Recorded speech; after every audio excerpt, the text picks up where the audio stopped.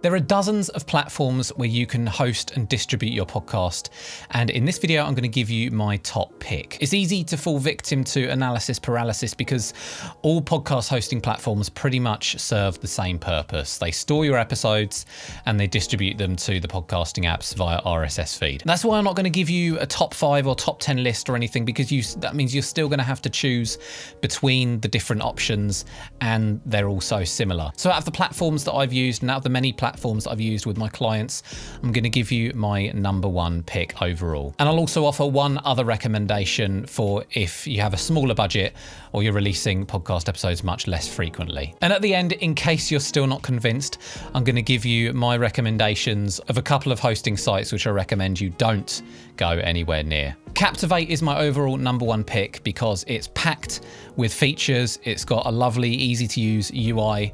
It's got a very simple pricing and subscription structure, and it has good customer support. In terms of the features, the analytics available are robust. It also has a very powerful tool for dynamic ad insertion, which lets you insert new ads at the front and the back end, or even in the middle of your past podcast episodes and future podcast episodes. It even lets you replace sections from old podcast episodes with new ads. It offers monetization options and private podcast options for your listeners to subscribe to. And it also lets you import your podcast from another platform if you want to move over and carry over your analytics, which at the time at least, and according to Captivate, was a first in the industry. The user interface is really clean. It's easy to find everything you need, and it's just kind of pleasant to use. There are, of course, other podcast hosting sites that are also very nice to use and have nice user interfaces. It's just as a whole package, I find Captivate to be my preferred choice. It also allows you to create a podcast website and podcast players that you can embed into your own website,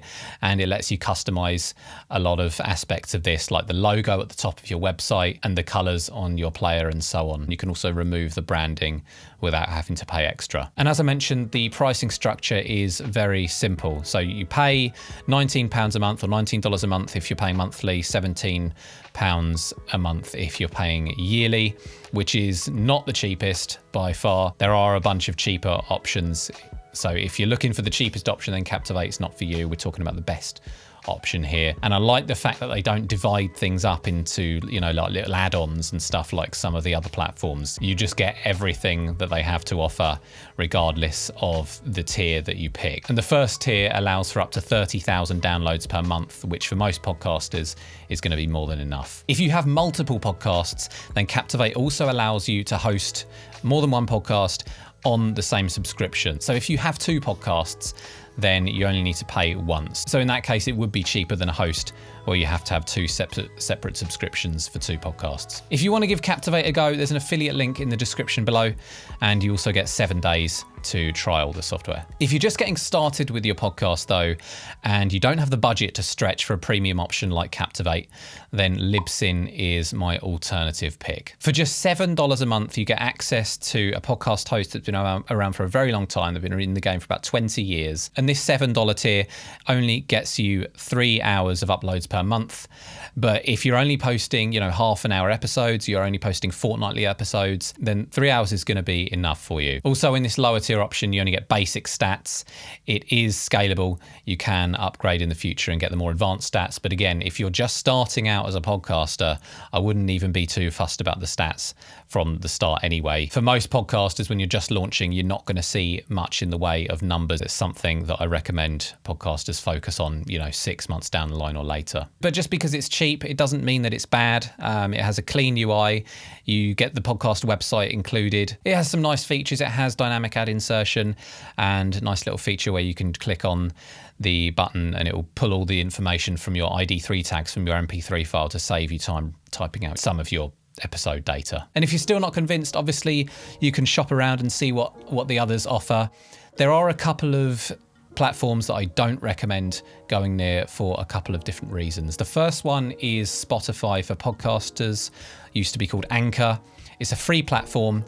I don't like the idea personally of using a free platform for my podcast. You're going to be spending a lot of time and investment building up your podcast, building up your listener base, and hopefully going up in the rankings when people search for you on the platforms. And when you don't pay for a service, it means that you're the product. And this is sort of a personal thing. I just feel like I'm not in as much control. You don't normally get access to as good customer service with the free services. And also it's just missing a lot of features as well. And it's too biased towards Spotify in my opinion. And then another popular one, which I don't like to recommend, is Buzzsprout. Now, Buzzsprout, you know, it works. It distributes your podcast episodes to the podcast apps, which of course is the most important thing, but there are just better options around. Buzzsprout has a free tier, but it only hosts your episodes for up to 90 days, which is useless because all those evergreen episodes that you would hope new listeners would go back and listen to, they're just not going to be there. And when you take a look at the paid tiers, it looks like it could be cheap, especially if you're not putting out a huge amount of audio each month. But the biggest problem I have with Buzzsprout is that it butchers your audio quality. It reduces the file size for you if your MP3 files are over a certain bit rate. And I don't like that because we want high quality audio going out to our listeners. It also converts your MP3 files into mono files, which means that your music is going to sound really bad. And I know obviously the music isn't the biggest element of most podcasts, but if that's what you're opening your episodes with, then it should sound high quality and professional. Now, you can pay for the Magic Mastering add-on to avoid this, but then you're starting to pay more than even, you know, a more premium option like Captivate charges, and you're not getting that full feature set. So which podcast host are you planning on going with? I hope this helped. And obviously the most important thing is that you're getting your episodes out there. The choice of podcast host isn't going to make or break your success as a podcaster. But let me know which way you decide to go. And for more podcast tips and tutorials and guides, hit that subscribe button. And as always, thank you so much for watching, and I'll see you next time.